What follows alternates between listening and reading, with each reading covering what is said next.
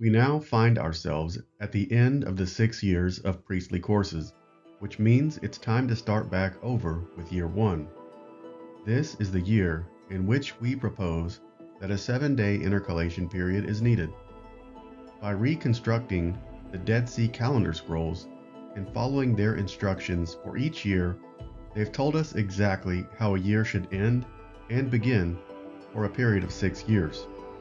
One thing is extremely clear to us here, and that is, the Sons of Zadok did not intercalate one single day within those 6 years.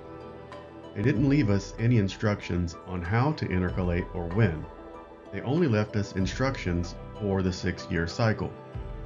It's here at the end of the 6 years where we believe that a 7-day week is necessary to keep the calendar on track with the sun, moon, stars, and priestly courses.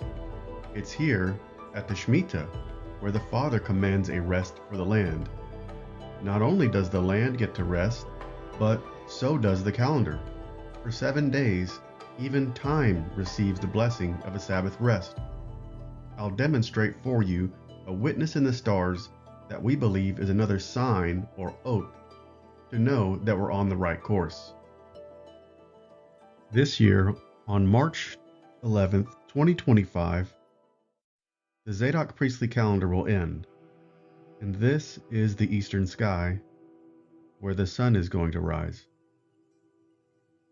So this is going to be day 4 where the calendar should start, but we can see the sun is in between these two constellations, Pisces and Aquarius. Now this is where we are proposing the 7-day intercalation period. We'll add 7 days here and see where the sun rises now. Now we have the sun rising in the constellation of Pisces, confirming that the intercalation was added at the right time. And I'll just rewind it and show you again. Take you back to the 12th. Fast forward the time. And there we have it. The sun is outside of Pisces. Fast forward up, and we're back in.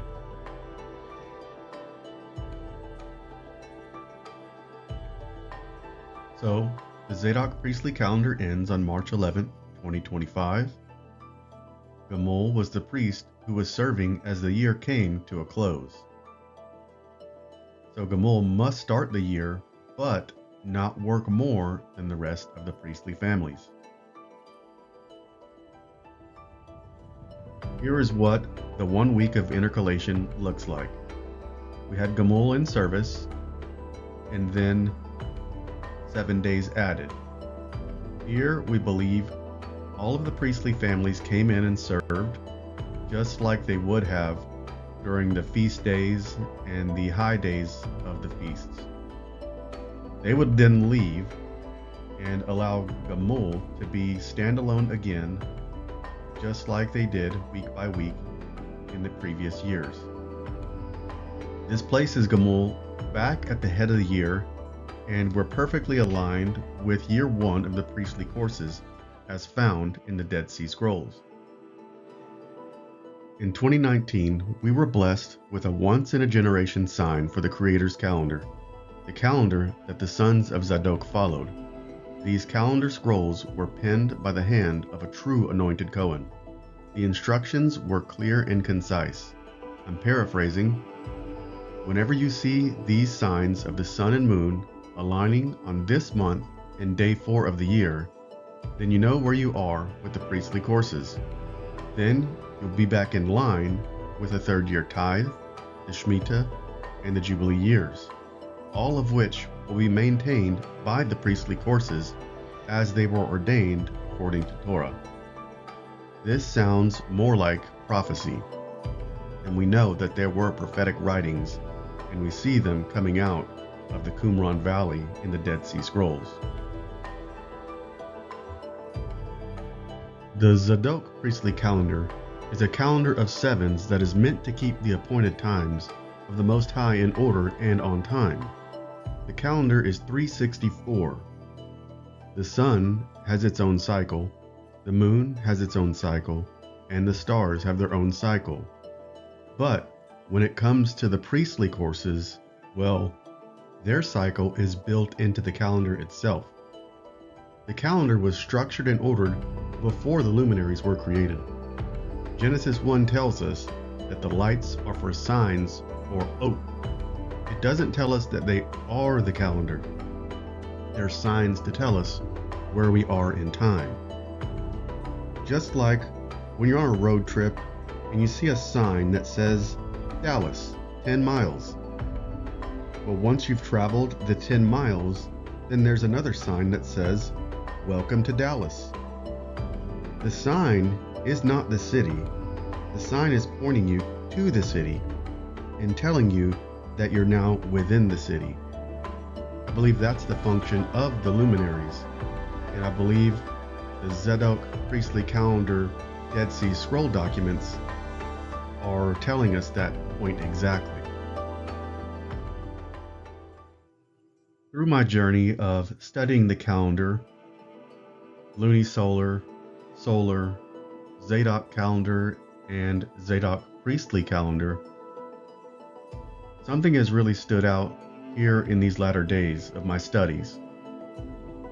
We know that the Father is the Most High, sitting at the top. He's placed these luminaries where they're at for a reason, for calendar signs. He placed the sun, the moon, and the stars all in these specific locations for us to take note of. They're all below him, if you'll notice. There's one aspect of the calendar, though, that is closest to him, not below him, but around him. This aspect comes from Revelation 4. Revelation 4, 1 through 4. After these things I looked, and beheld a door standing open in heaven, and the first voice which I had heard, like the sound of a trumpet speaking with me, said, Come up here, and I will show you what must take place after these things. Immediately I was in the Spirit, and beheld, a throne was standing in heaven, and one sitting on the throne, and he who was sitting was like a jasper stone, and a sardius in appearance. And there was a rainbow around the throne, like an emerald in appearance. Around the throne were 24 thrones, and upon the thrones I saw 24 elders sitting, clothed in white garments, and gold crowns on their heads. Brothers and sisters, I believe that these 24 elders are the 24 priestly courses that 1 Chronicles 24 has given us. They were there from the beginning, and in the time of David, they were established and given to us as a witness and a check and a balance in the calendar. As we immerse ourselves in the Zadok Priestly Calendar, we reflect on the wisdom of ancient traditions. This calendar offers insights into the rhythms of life that our ancestors followed. It invites us to consider how these rhythms can enrich our faith. By walking in the Father's ways, we connect with the lineage of faith and devotion that spans millennia. Each year, we receive a divine invitation from the Father to walk in His ways, the straight and narrow path, the path of the ancients. This gracious opportunity beckons us to align our lives with His appointed times, to celebrate His Sabbaths and feasts in His most set-apart appointed times. It is an invitation to partake in sacred celebrations with the heavenly entourage, including the priestly angels ministering near Him, our high priest, the Messiah, our King and our brother.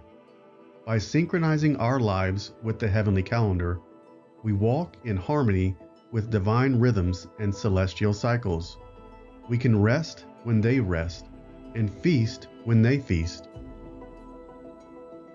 The question remains, will you walk His set times according to His calendar. This journey requires a commitment to align our lives with ancient principles and divine appointments. It is an invitation to step away from the distractions of modernity and embrace a sacred rhythm that honors the Father's appointed times. The Ruach and the bride extend a call to come and partake in this divine journey. It is a call to shalom, a call to peace and wholeness as we align ourselves with the heavenly calendar and celebrate with the divine host. Let us heed this call and walk in His ways, embracing the ancient path of the Zadok Priestly Calendar. We give all the thanks to the Father, the Creator, and Most High Elohim, and to our High Priest, King, Messiah, and Brother, and the research efforts of Gina Sparks and Sarah Davis. Shalom.